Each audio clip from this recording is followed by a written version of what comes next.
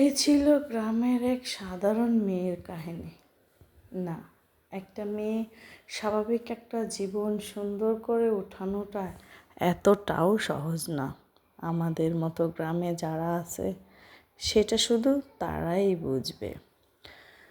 তো বন্ধুরা, আজকে আমি পাক করব হাঁসের মাংস, I mean to say mutton সরিষার তেলে হাঁসের মাংস কষা।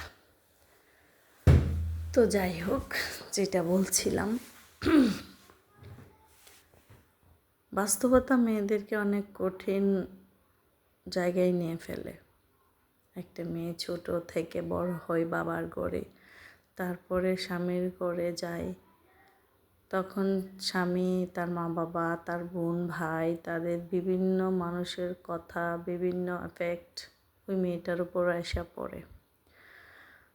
তখন তার কোনো জীবন থাকে না, সে হয়ে যায় ছন্নহারা।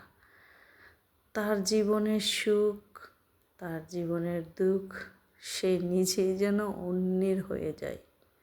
হারিয়ে যায় তার মুখের ছোট ছোট হাসিগুলা। হ্যাঁ আপুরা,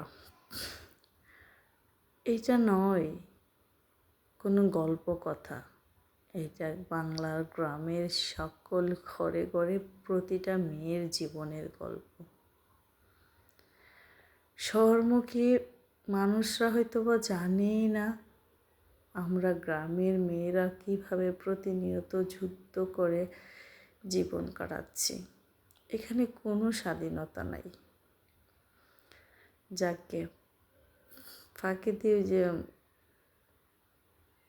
এখানে অন্যের মনের ভরসায় আমাদের চলতে হয়, অন্যের ইচ্ছায়, অন্যের সব কিছু যেন তাদের উপরেই ডিপেন্ড করে। তখন আমাদের নিজেদের কোনো ইচ্ছা, কোনো স্বাদ, কোনো শখ কিছু থাকতে নেই। তাহলে তুমি ভালো একটা মেয়ে, ভালো একটা বউ, ভালো একটা মা, যখন তুমি তোমার চাহিদা, তোমার ইচ্ছা অনিচ্ছাগুলো প্রকাশ করবা, তখনই যেন তাদের মাথায় ঢাল ভেঙে পড়ে। তখন তারা প্রতিবাদের মুখটাকে তাদের চোখে অন্যায়কারী মুখ হয়ে ওঠে। কিন্তু ছোটবেলা থেকে আমাদের মেয়েদেরকে সমাজ, স্কুল, বাবা মা এটাই শেখায়, সত্য বলো, প্রতিবাদী হও, অন্যায়ের প্রতিবাদ করো।